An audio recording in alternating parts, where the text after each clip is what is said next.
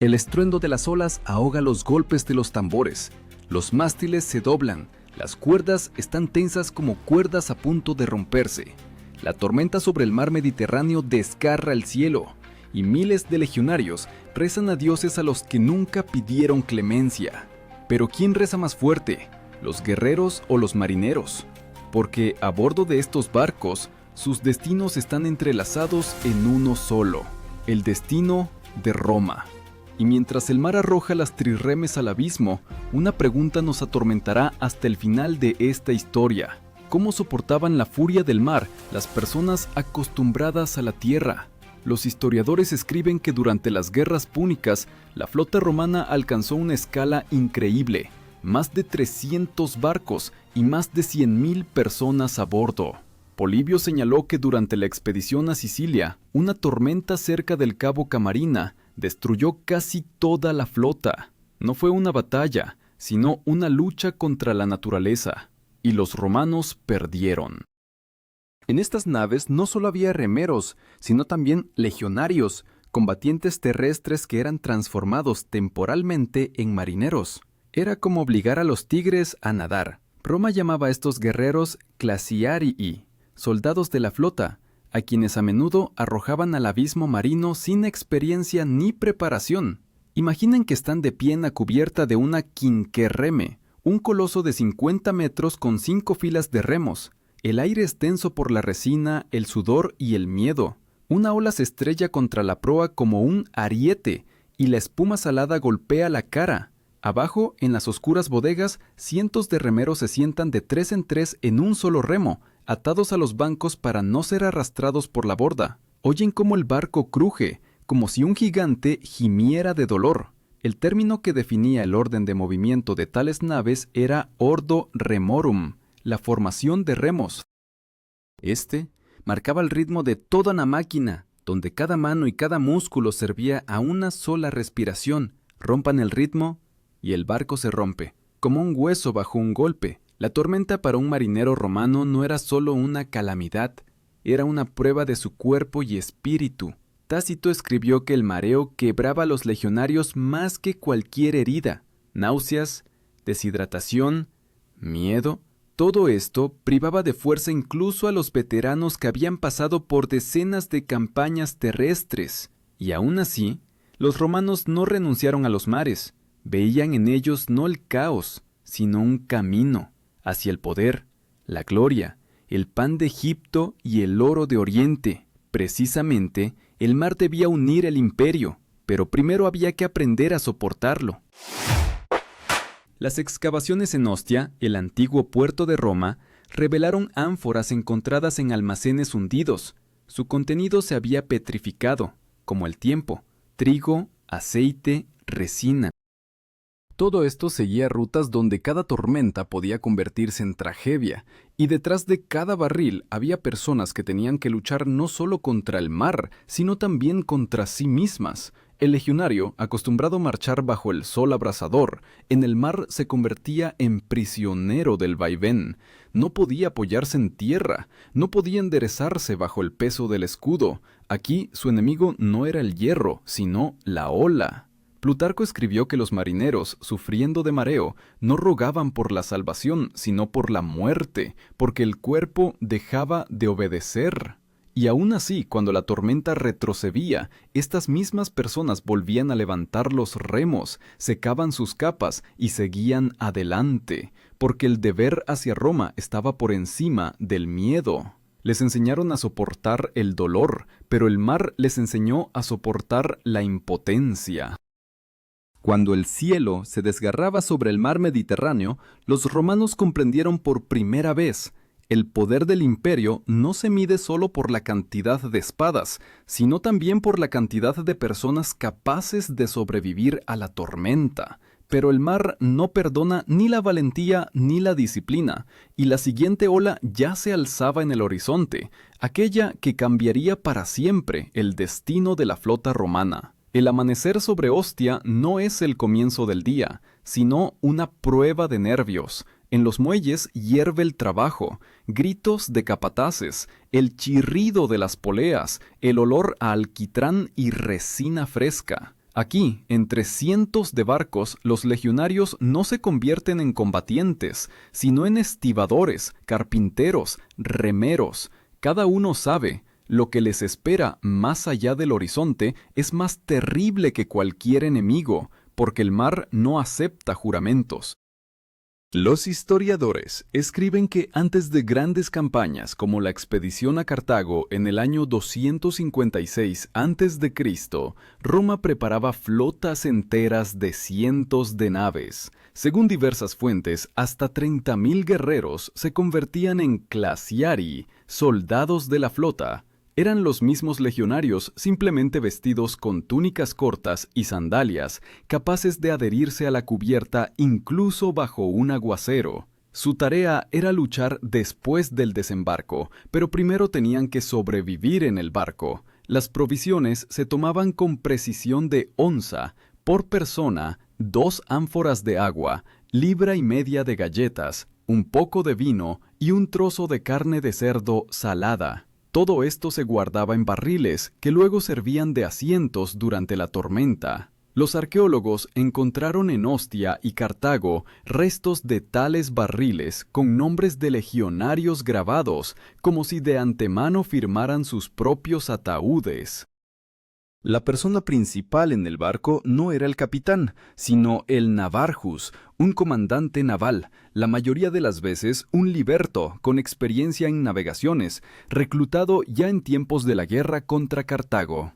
Él se subordinaba al praefectus classis, el prefecto de la flota, generalmente de la clase ecuestre. El prefecto era los ojos de Roma en el mar, respondía no solo por la disciplina, sino también por las almas de las personas. En las cubiertas reinaba un miedo que no se podía mostrar. El mareo se consideraba una vergüenza, pues un soldado que pierde el control de su cuerpo pierde también su honor. Tácito escribió que algunos comandantes obligaban a los legionarios a permanecer de pie incluso en la tormenta más fuerte, para no permitir que la debilidad los dominara. Pero los cuerpos traicionaban la voluntad. Vomitaban, los músculos se les contraían, los ojos les lloraban por el viento salado. El ruido de las olas, el grito de las gaviotas, el olor a pescado podrido y a resina, todo esto se mezclaba con el ritmo de los tambores que marcaban el compás a los remeros. Este sonido se llamaba pulsus remorum, el golpe de los remos. Golpeaba en el corazón de cada soldado, como el pulso del propio imperio. Rómpanlo y todo el orden se derrumbará. Para resistir, los legionarios establecían su propio orden. Revisaban las correas, engrasaban los remos, repetían las señales. Las órdenes se daban con banderines y trompetas, pues la voz humana se ahogaba en el rugido del mar. Una señal incorrecta podía costar la vida a cientos. Aquellos que salían al mar por primera vez a menudo perdían el conocimiento por el vaivén. Los acostaban en las bodegas inferiores, donde el aire era denso por el hedor y la humedad. Allí hacía un calor como en una fragua, y solo un raro rayo de luz se filtraba por las escotillas. En estos compartimentos oscuros, el mar parecía vivo, gemía, empujaba, susurraba a través de las tablas. Los guerreros, acostumbrados a la tierra, a los pasos sobre la piedra firme de los caminos, de repente se encontraban prisioneros de un elemento inestable. Pero fue precisamente aquí donde se forjó una nueva fuerza de Roma, la capacidad de aferrarse no a la tierra, sino al ritmo, al orden, a la disciplina. Cuando la señal de la trompeta anunciaba la subida de las anclas, el corazón de cada uno latía como un tambor. Las pesadas anclas de plomo y madera, llamadas anchorae, se levantaban a mano entre gritos y el chasquido de las cadenas. Era el momento en que el camino de regreso ya estaba cerrado. Desde ese instante, el legionario dejaba de ser un guerrero de la tierra. Se convertía en parte del barco, de su cuerpo vivo. Y cuando las primeras olas se levantaron cerca del cabo de Sicilia, el mar pareció decidir poner a prueba a todo aquel que se atreviera a desafiar su abismo. Los romanos aún no sabían que les esperaba una tormenta que ningún capitán sobreviviría, pero en ese momento, mirando el horizonte, sentían, no era solo una travesía lo que comenzaba, sino una batalla contra el propio caos. El sol desapareció de repente, como si alguien hubiera cubierto el cielo con un manto de plomo. El pesado olor a ozono presagiaba la desgracia. El mar, hasta hacía poco tranquilo, comenzó a respirar como una bestia preparándose para saltar. La flota romana, cientos de naves, se extendía por millas, y nadie sabía qué les esperaba una noche que cambiaría para siempre el destino de los que sobrevivieran. Los historiadores escriben que la tormenta cerca del Cabo Camarina en el año 254 a.C. se convirtió en una de las mayores catástrofes de la flota romana. Más de 150 barcos desaparecieron en el abismo. Polibio señaló: la catástrofe fue tan repentina que ni siquiera tuvieron tiempo de arriar las velas. No fue una batalla, fue una sentencia. En las cubiertas reinaba el caos. Los legionarios, acostumbrados a las formaciones ordenadas, no podían mantenerse en pie. La espuma les azotaba la cara, los remos se rompían como cañas. El Corvus, el pesado puente de abordaje por el que los romanos eran famosos en las batallas navales, ahora se había convertido en una trampa mortal. Su pico de hierro arrastraba el barco hacia abajo, como un ancla. El mar golpeaba con tal fuerza que incluso los experimentados navarchi perdían la orientación. La orden amputate corvum, desechad el puente, resonaba por toda la flota. Cientos de soldados cortaban las cuerdas, salvando al menos parte de los barcos, pero la tormenta ya los engullía, una trireme tras otra. Aquellos que se encontraban abajo, remeros, esclavos, reclutas, oían cómo el agua rompía el casco. El crujido de la madera era como gemidos. Con cada golpe de la ola, la bodega se llenaba de agua helada, con olor a sal y a muerte. La gente intentaba achicarla con sus cascos, pero la corriente era más fuerte. El término que describía este momento de pérdida de control era yactura, la eliminación forzosa de la carga para salvar el barco. Se tiraba todo, balistas, armas, provisiones, a veces incluso a los vivos, para que los demás sobrevivieran. No era una orden, era el pánico en el que la disciplina romana crujía como tablas bajo el embate de la ola. El estruendo, la oscuridad, los gritos, todo se fusionaba en un solo sonido, donde la voz humana se ahogaba en el rugido del elemento. Los guerreros rezaban a Neptuno y Júpiter, juraban que nunca más saldrían al mar. Algunos se cortaban las palmas de las manos y arrojaban la sangre a las olas, un antiguo rito para apaciguar a los dioses, mencionado por Tito Livio. Pero el mar no conocía la piedad. Los remeros atados a los bancos no pudieron salvarse. Sus cuerpos fueron encontrados después, cuando la tormenta amainó, retorcidos como si todavía sujetaran el remo. Los legionarios en cubierta luchaban no solo contra las olas, sino también contra el horror. El mareo se convertía en locura, el cuerpo perdía el equilibrio, los ojos no distinguían el horizonte y parecía que la propia tierra había desaparecido de debajo de sus pies para siempre. Al amanecer, los supervivientes vieron el mar sembrado de escombros, como un campo después de una batalla. De 150 barcos, según diversas fuentes, no sobrevivieron más de 50. Los demás se hundieron en las profundidades junto con miles de soldados.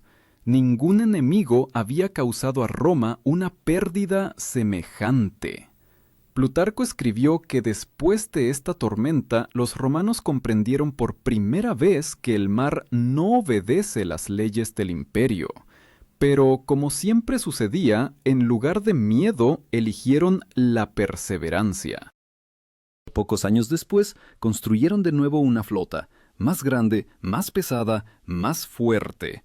En el lugar donde se hundieron esos barcos, los arqueólogos encontraron piezas de bronce cubiertas de corales, fragmentos de remos, restos de cascos. Cada hallazgo como una voz desde las profundidades.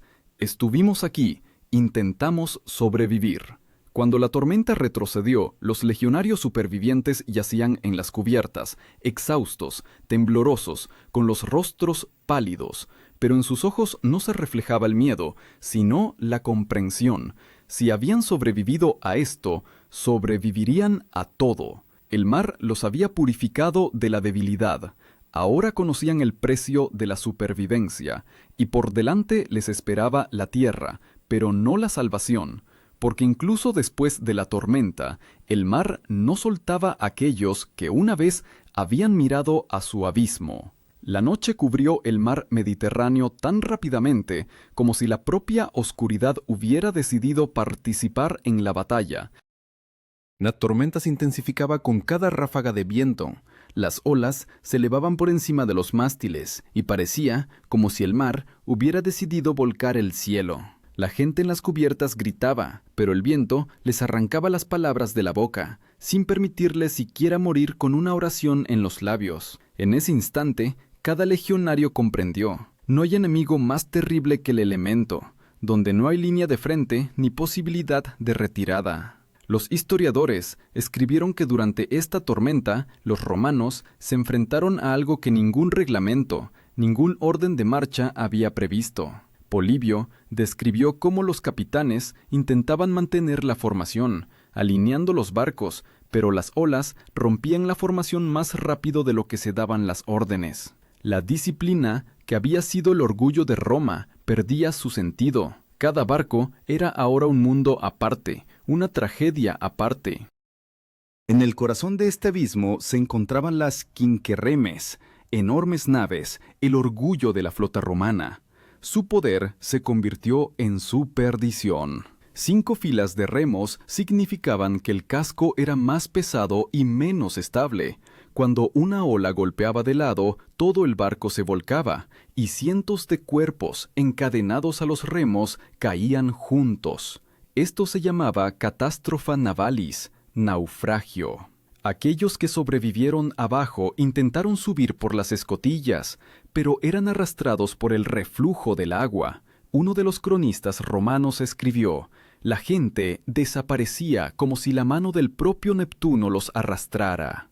Los que permanecían en cubierta se aferraban a los mástiles, a las cuerdas, a sus compañeros, a todo lo que podían agarrar. La espuma salada los cegaba, la piel se les agrietaba por el frío, la respiración se convertía en una lucha.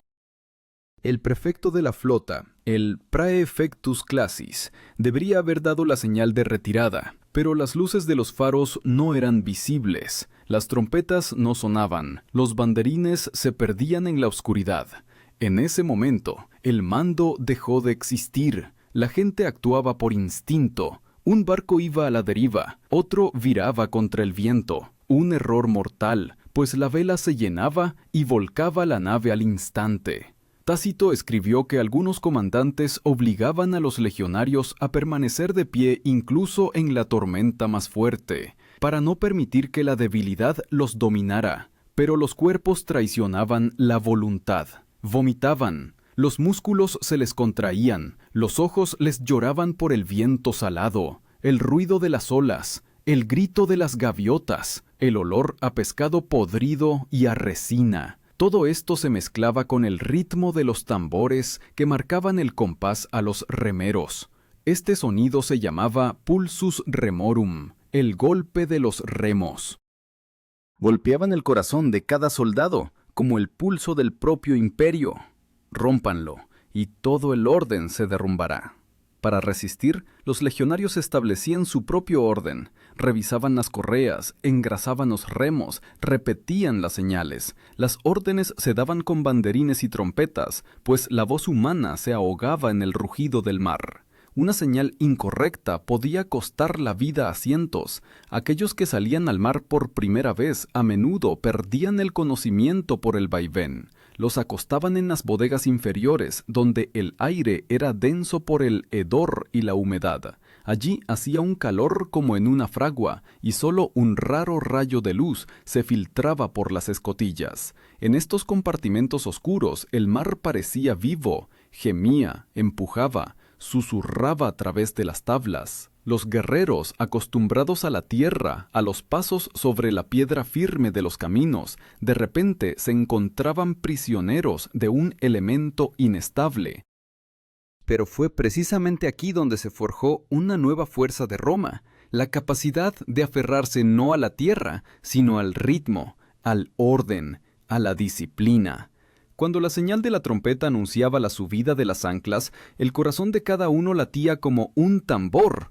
Las pesadas anclas de plomo y madera, llamadas anchorae, se levantaban a mano, entre gritos y el chasquido de las cadenas. Era el momento en que el camino de regreso ya estaba cerrado. Desde ese instante, el legionario dejaba de ser un guerrero de la tierra, se convertía en parte del barco, de su cuerpo vivo. Y cuando las primeras olas se levantaron cerca del cabo de Sicilia, el mar pareció decidir poner a prueba a todo aquel que se atreviera a desafiar su abismo. Los romanos aún no sabían que les esperaba una tormenta que ningún capitán sobreviviría. Pero en ese momento, mirando el horizonte, sentían, no era solo una travesía lo que comenzaba, sino una batalla contra el propio caos.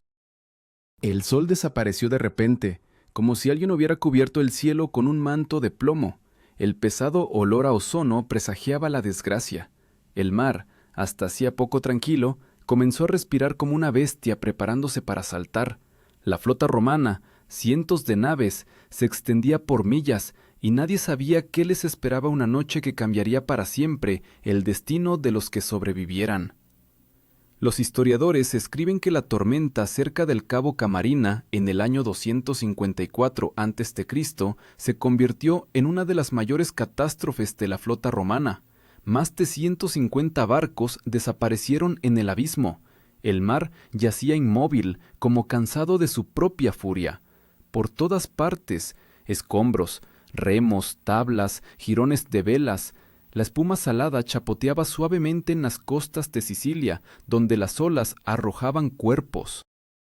Los rostros de los legionarios muertos eran más blancos que el mármol, los ojos abiertos, como si todavía no pudieran creer que la tormenta finalmente había amainado. Polibio escribió que después de la tormenta no sobrevivió más de una quinta parte de la flota romana. Más de 100.000 personas murieron o fueron dadas por desaparecidas. Nadie contó a los remeros esclavos. Sus cuerpos permanecieron en las profundidades, encadenados a los remos. Esta catástrofe fue para Roma más terrible que cualquier batalla, pero en ella nació lo que más tarde convertiría a Roma en la dueña de los mares. Los legionarios supervivientes, arrojados a la orilla, no pudieron levantarse de inmediato. Sus cuerpos estaban exhaustos, sus estómagos contraídos por días sin comida, su piel quemada por la sal. Pero cuando levantaron la vista, ante ellos yacía la orilla, símbolo de salvación y vergüenza al mismo tiempo, porque Roma no toleraba las derrotas, ni siquiera de los dioses. Uno de los oficiales supervivientes, según los registros de Tito Livio, dijo a sus soldados: «Hemos perdido la flota, pero no el honor». Estas palabras fueron el comienzo del Renacimiento. Pocos meses después, el Senado asignó fondos para un nuevo astillero en Ostia. La ciudad se llenó de sonidos de martillos y sierras. El mar se llevó a la gente. Roma respondió con barcos. Los romanos revisaron todo, desde el diseño de las naves hasta la logística. Las viejas y pesadas quinquerremes fueron reemplazadas por trirremes más ligeras, capaces de soportar la tormenta. Las velas se hicieron más cortas, los cascos más anchos para mantenerse más estables en las olas. Así nació un nuevo tipo de barco, la liburna. Era más pequeña, más rápida, más flexible. Su nombre se convertiría más tarde en el símbolo del poder naval romano. Esta transición de la pesadez a la movilidad se convirtió en una metáfora del propio imperio. El mar enseñó a los romanos lo que la guerra no podía enseñar: la humildad ante la naturaleza. Ahora cada legionario sabía, ni el acero ni la disciplina salvarían del elemento si no aprendían a escuchar su aliento. En los documentos de la época de Augusto se encuentra el término disciplina marítima, entrenamiento naval. Su base fue precisamente esa supervivencia en la tormenta. Ahora, a los legionarios se les enseñaba no solo la formación y la espada, sino también cómo distribuir el peso en cubierta, cómo asegurar las cargas, cómo mantenerse durante el vaivén. El mareo ya no se consideraba una debilidad, se convirtió en una prueba obligatoria para cada recluta. Los hallazgos arqueológicos confirman estos cambios. En Ostia y Miceno se han descubierto restos de piscinas de entrenamiento, donde se enseñaba a los marineros a remar en el mismo lugar, al son de los tambores. En las paredes están grabadas las palabras «durare sicut mare», perseverar como el mar. Pero no todas las lecciones podían aprenderse. Muchos veteranos de aquella tormenta ya no podían mirar el agua, evitaban los muelles, vivían lejos del mar y al sonido del trueno cerraban los ojos.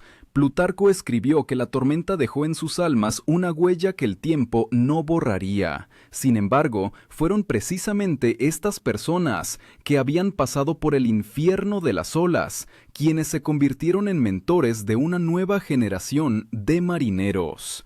Enseñaron a los jóvenes a no temer el vaivén, a no rasgar las velas con el viento, a no gritar durante la tormenta. Decían, si el mar quiere tomar, tomará, pero si lo aceptas, te dejará vivir. Para el imperio, esta tormenta fue una lección de resiliencia. Después de ella, Roma nunca más consideró al mar como un enemigo, se convirtió en su aliado, terrible, impredecible, pero necesario, pues sin los mares, Roma no habría podido mantener sus provincias, transportar grano desde Egipto, proteger el comercio de los piratas.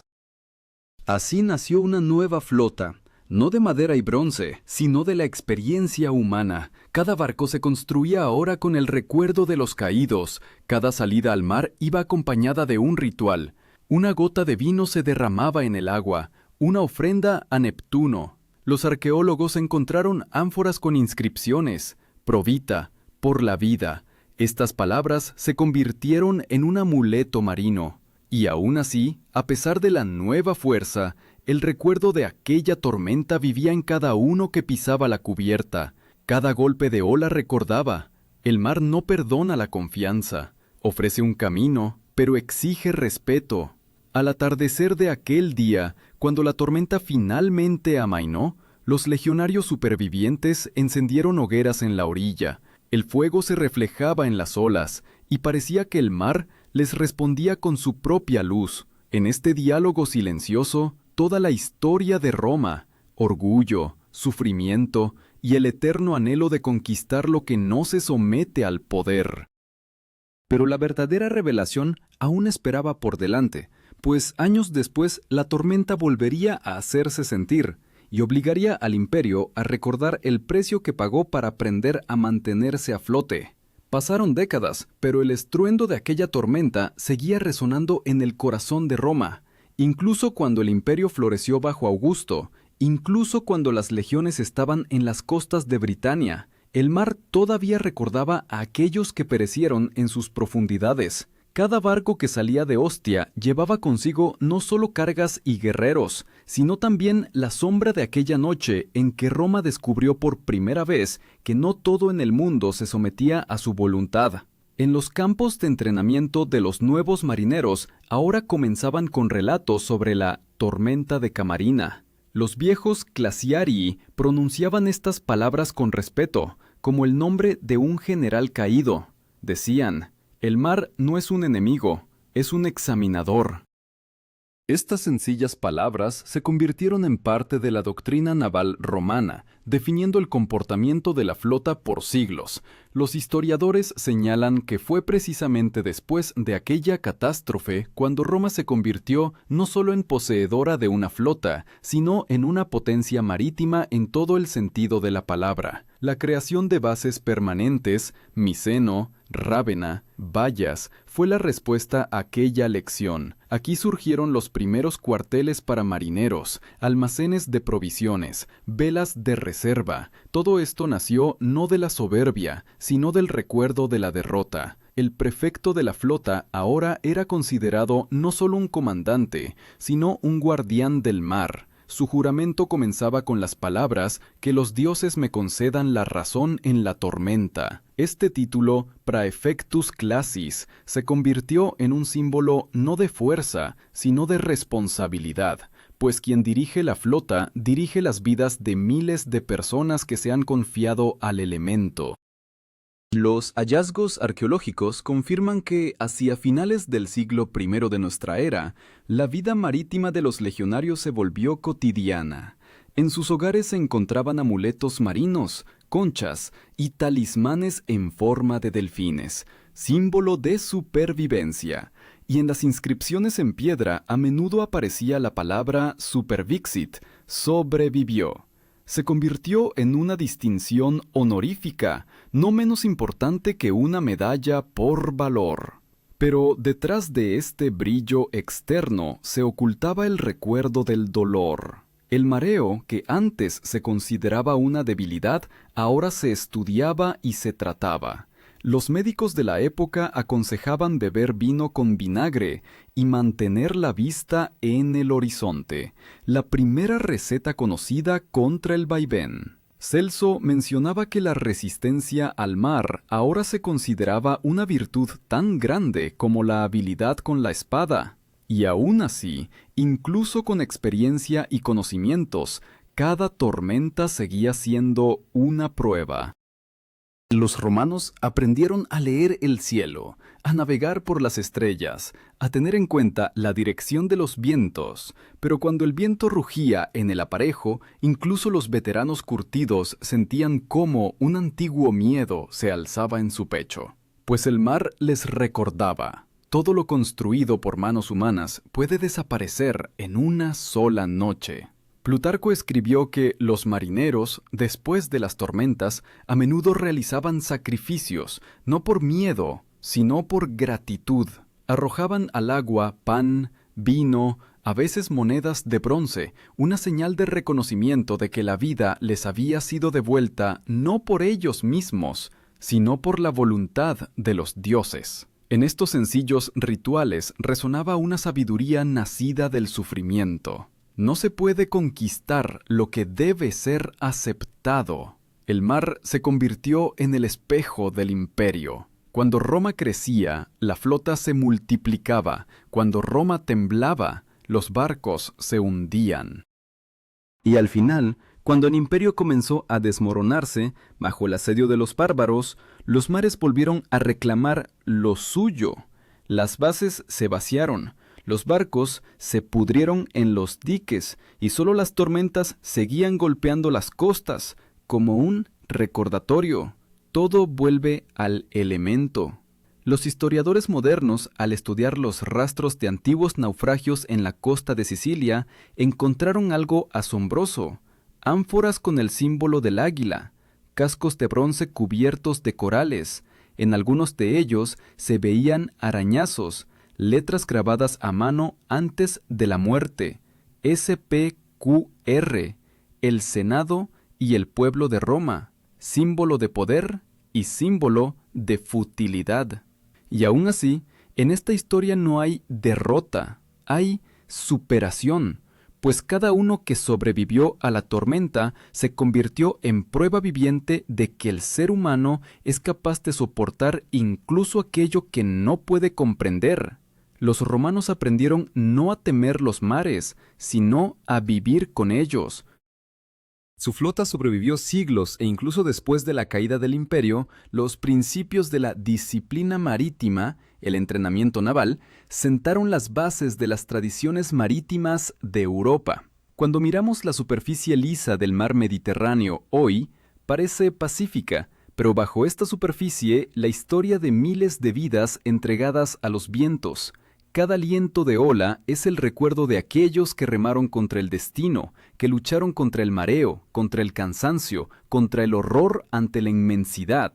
Y ahora, sabiendo todo esto, uno puede preguntarse: ¿habríamos podido resistir encontrándonos en la cubierta de aquella quien que reme en el fragor de la tormenta? Cuando todo alrededor se derrumba y solo queda la lealtad a Roma, al deber, a uno mismo. Pues quizás la fuerza de Roma no residía en sus espadas ni en sus legiones, sino en la capacidad del ser humano de no rendirse, incluso cuando el elemento exige la capitulación.